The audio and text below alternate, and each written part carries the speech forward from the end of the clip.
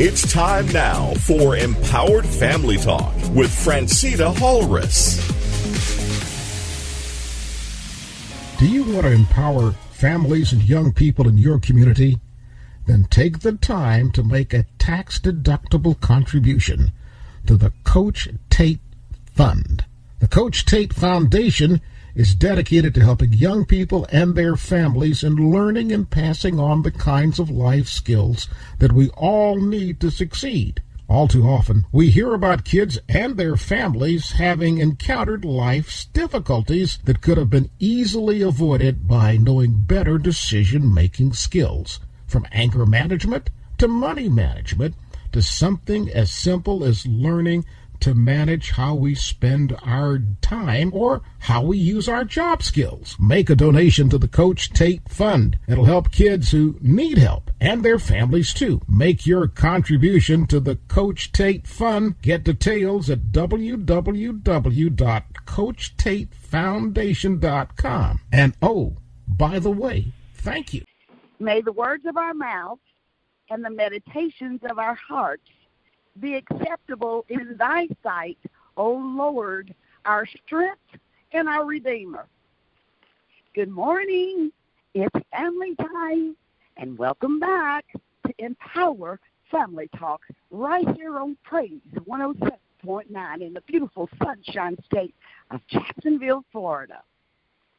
We the people paying it forward in this 21st century as we balance these scales of justice coming together within our assimilation of our multicultural, multilingual, multinational population of faith and family. Are we ready? In order to truly understand faith and family, we must all understand our fear and foes. Having said that, I am delighted to be joined today by our special guest, Mrs. Jilma Meimaridis. She's a citizen resident of Boston, Massachusetts. Welcome to Empower Family Talk, Ms. Meimaridis, and thank you for being here today. Thank you, Phrantceena. Thank you for inviting me. I'm very happy to be here with you guys. Well, thank you so much. We're delighted, and our listeners have written in so many things, some in Spanish and some in English.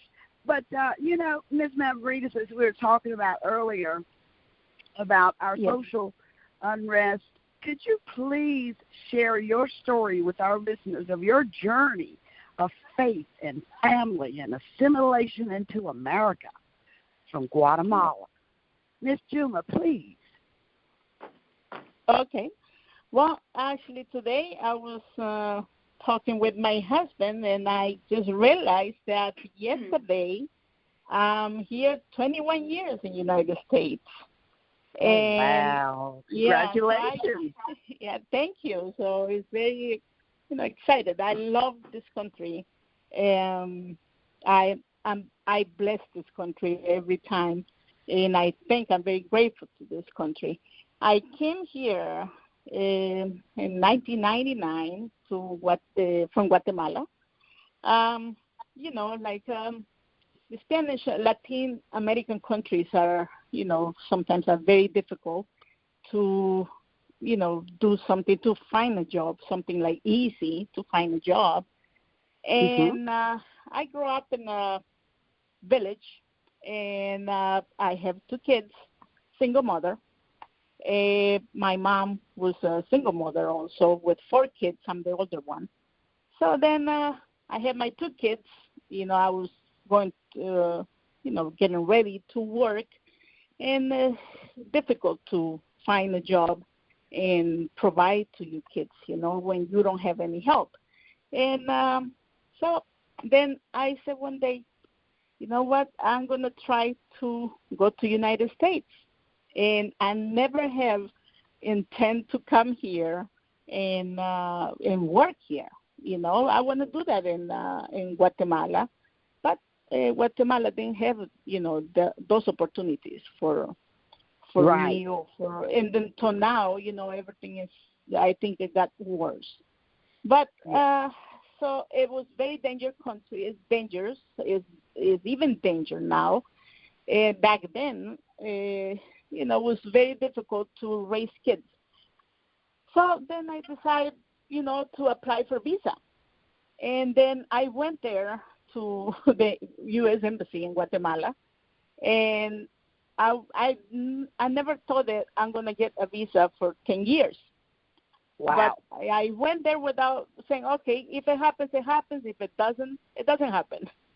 So I did my pray before I went, and usually they ask many questions, and that day they asked me, where are you going? And then I told them I'm going to Massachusetts. I have family here. And they said, okay, what are you going to do? I'm going to be a tourist. That's the thing that every single immigrant, when they come here, when they want to have a good opportunity, some of them, they can't even go to the embassy. They don't have the money to pay for a visa. And other ones, they, obviously you see on TV, they cross the river, they cross to Mexico. So then I got my visa for 10 years, and then, I told them I'm going to be a tourist, but that wasn't the thing. I came here to work and to provide for my kids. So the day I left, it was very hard for me, and for every immigrant, it's very difficult, and I understand that. When you see on TV all these, parents trying to cross, United States for better opportunity, and then you see they leave the kids with the families. I left my 2 kids with my mother, and I used to call them every day, almost every day. I used to buy phone cards and call them every day. I used to sing over the phone to them, so they kind of feel like they were close to me. And I felt the same way, like I was close to them too. So it was difficult. So I came here. I worked like in 3 days. I found a job. I actually, with my little English, because I didn't speak any English, that's the first wall that every person who comes to this country, is an immigrant, illegal. You face the first wall, which is the language. You don't speak the language. You can't communicate. I'm like, now what I do? How I get a job. So I came here to my cousin's house. He helped me to be in his house. And his wife says, you want to go to the grocery store with me? I said, okay, let's go. I went to the grocery store, and I heard some people speaking Spanish. And I said, okay, that's nice. So I saw the manager. He was Puerto Rican. And then I asked him, while my cousin's wife was shopping, I asked him, I said, listen, do you have a job? And he says, what do you want to do? I say, I don't know, whatever. I don't speak English. I said, but I have 2 hands, I have 2 legs, and I can work. And I have the energy. Yeah. So then he says, okay, give me your phone number, and then I will let you know. So that was in the morning, around 12 o'clock. He called me, and then he says, oh, Jilma, I think I have a job for you. I said, really? He says, yes. So it was a walking distance, and I started working in the 3rd day over here in the United States. 3rd day I was working. Nice, so then I started meeting people, and then I got a second job. I started in Dunkin' Donuts. And that's, I work there. I really enjoy that place, too. I enjoy both jobs. I was so grateful, and I was thankful to God and to this country to give me the opportunity to make some money and feed my kids. Because that was the whole point for me in that time. I have to feed my kids. Yes. And then I have to find the opportunity, somewhere.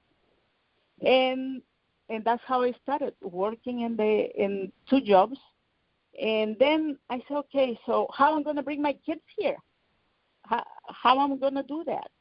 And I always was like praying to God, like, God, you have to help me. I need help. I want to bring my kids. I want to bring them to this beautiful country that is so many opportunities.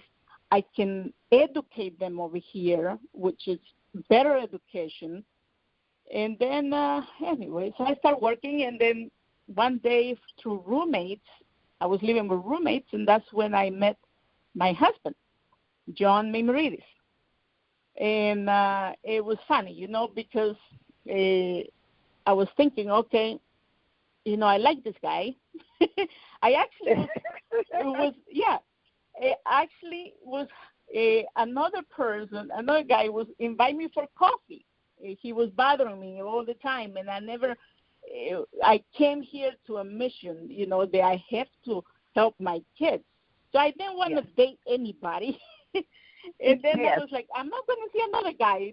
I don't want to have more kids. So anyway, so this person invited me for coffee, and then I said, okay, I'm going. But that guy never showed up. And then my roommates invite my husband to the apartment. So I thought was the person that I was supposed to date. They was ringing the doorbell. And then I opened the door, and I saw Jilma Meimaridis. I saw my husband, and I didn't speak English. And then I said to him, I say, "Sí?"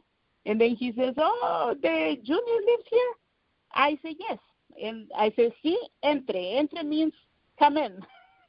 Yes. So he came in, but he didn't know, this is where I'm supposed to be. But I like this woman, so I'm gonna follow her. So he came in, and that's how I met my husband. And then through my roommates, they told me, you know what, this guy wanna date you. I said, well, I told this guy that I'm not here for dating. Right. Anyway, so then and he was Greek, so he was a Greek. He was a Greek. Yeah, he spoke Greek. He was Greek American, and then anyway, we started dating. Then I didn't want to get married, because I didn't want him to think I want my legal papers, become a resident. So I said, no, second year, he was like, we were dating, I think we should get together, we should marry, He saw me through, calling my kids all the time. And then I said, well, you know what? I said, no, let's wait, let's wait. And we wait for years. So then I got married with my husband. That's how I became legal, through marrying him. So, and how many years later? How many years have you guys been married here? 4 years later, I married him. We are 16 years married. Awesome. So, awesome. We dated for 4 years, and then as soon as we got married, he was like, you know what, let's do the papers, and then let's go and get you kids. So we did all the process, and we went to get my kids. My husband went with me to Guatemala. I was kind of nervous because it's dangerous there when they see Americans, walking around everywhere. It's only the tourist part where it's safe, but around, all the areas in Guatemala, they were dangerous. So I was kind of, nervous. But we got the kids. We brought them over here. It was a big impact for the kids to see a big country. They were like, oh, my God, this is big, And the language, they didn't know the language. But they got, we got them into the schools and the good program of the, for the EOL support they had over here in Massachusetts. And we helped them. And I'm kind of like, all the Spanish mothers, I can say most of the Spanish mothers are very strong, when it comes to the kids. And I think every mother is like that. But we are very attached to the kids, and our kids is everything for us. So then, I support them, even that, I didn't understand too much the education system.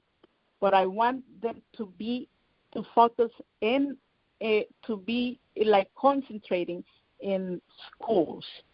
So when I brought them over here, I told them, listen, your job is to be in the school to bring good grades, and you're going to study, and I'm going to do everything else.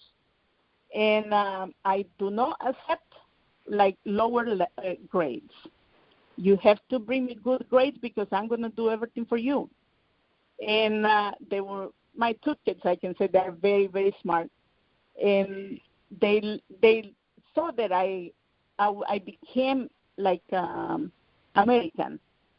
In the house we were, I spoke Spanish to them. I didn't want them to lose that culture.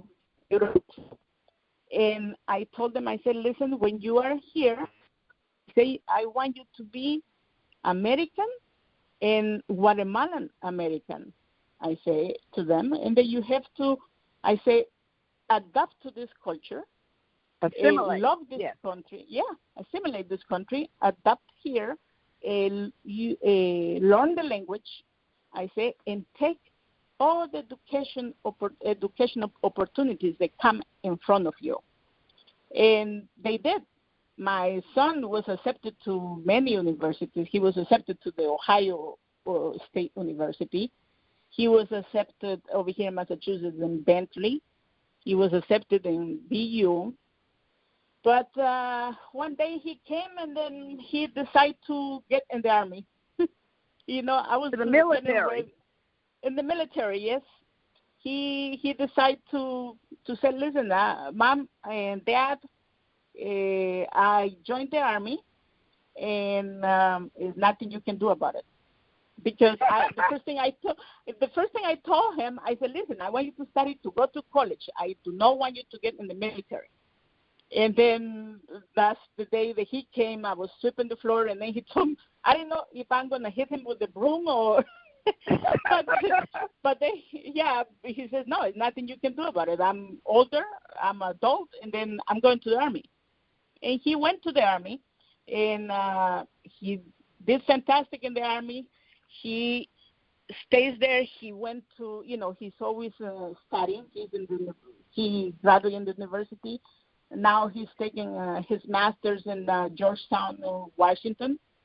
And he has a family. I have a grandson. And my daughter is the same way. She studies all the time. She works 2 jobs, and she's doing fantastic. And I think, that's my American dream. Well, I tell you, your kids are just doing very well, and I believe your son just got a new promotion with the U.S. military. Is that correct? Yes. In cybersecurity? Yes.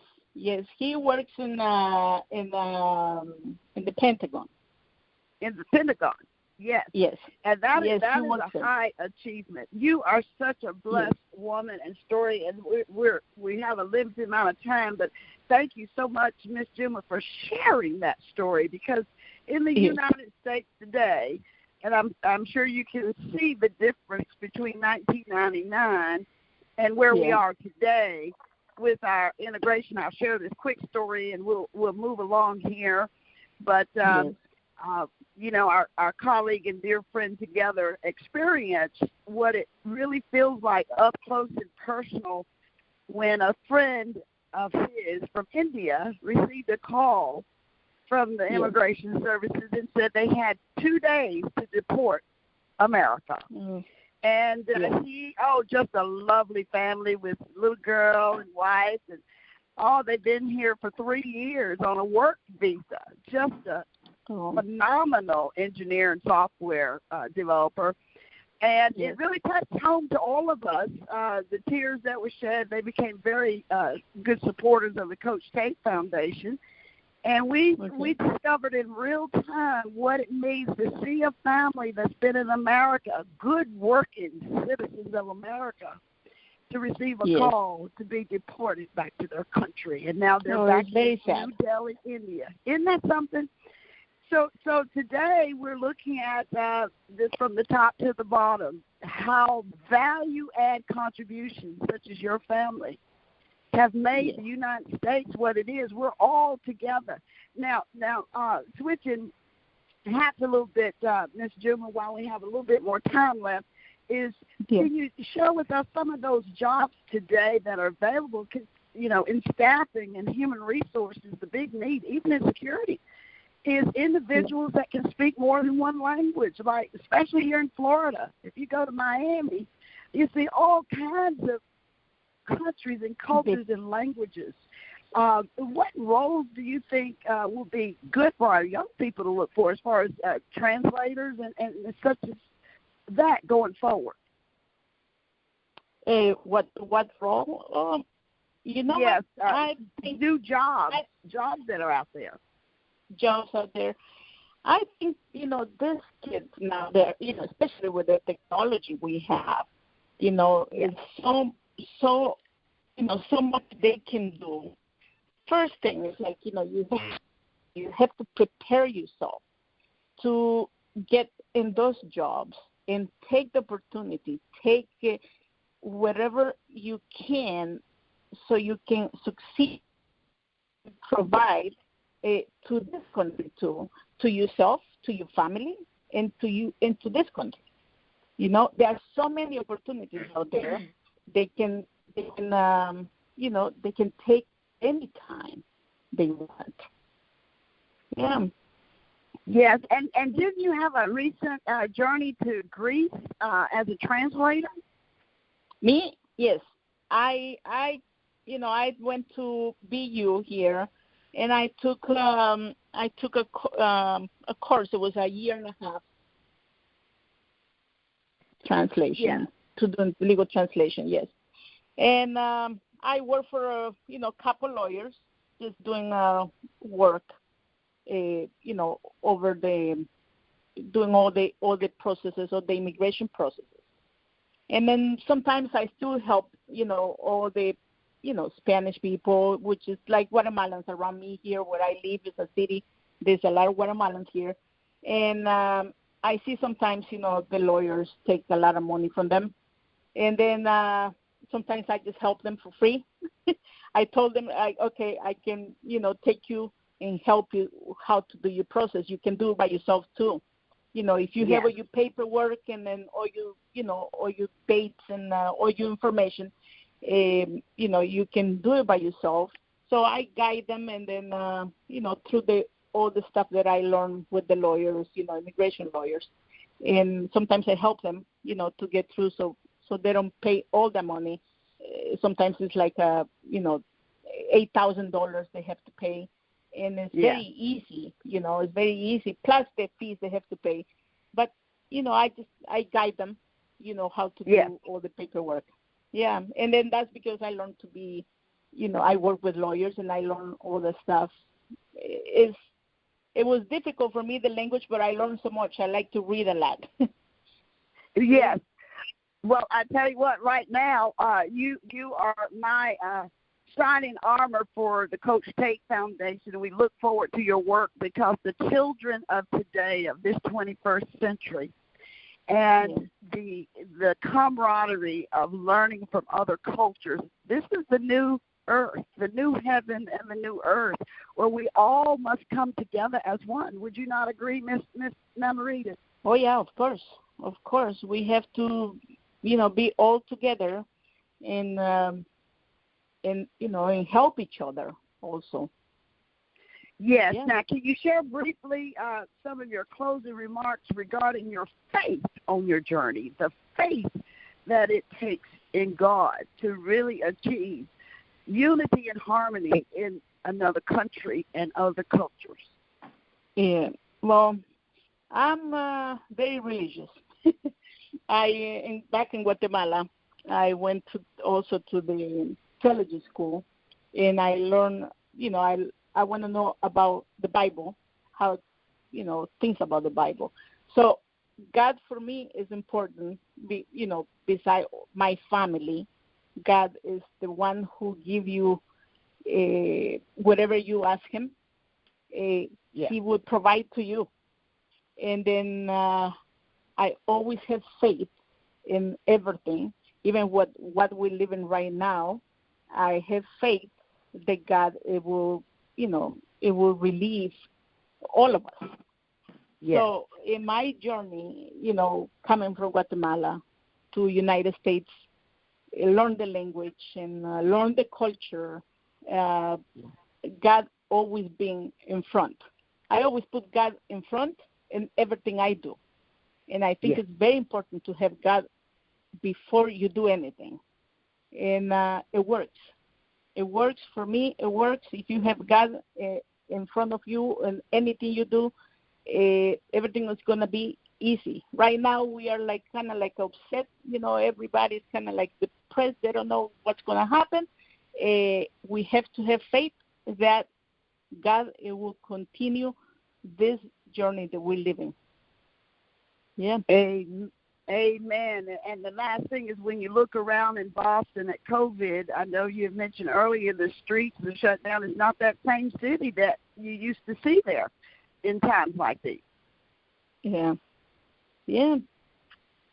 But God is in control. And Miss Jilma, thank you so much. Mrs. Jilma Meimaridis. Thank you. One Thank of our you. faithful colleagues, and thank you for sharing your unique story. Thank you for inviting me, Phrantceena. Thank you. Well, thank you, and we look and God forward bless to everybody. And God bless you too, and your children, your family, as we come together as one. And we're going to close out to the day, and many blessings to you, and stay safe in Boston. Thank you. And give our regards to the family. Okay, thanks. Thank you very much. To all of our listeners, it's family time. It's time to get our faith, family, and assimilation houses in order today for our tomorrow. We are the new America. We are one nation under God, indivisible, with liberty and justice for all people. Read Revelations 21:22. Until next week, same time, same station. Praise 107.9 Jacksonville, Florida. I am Phrantceena T, Halres, your hostess.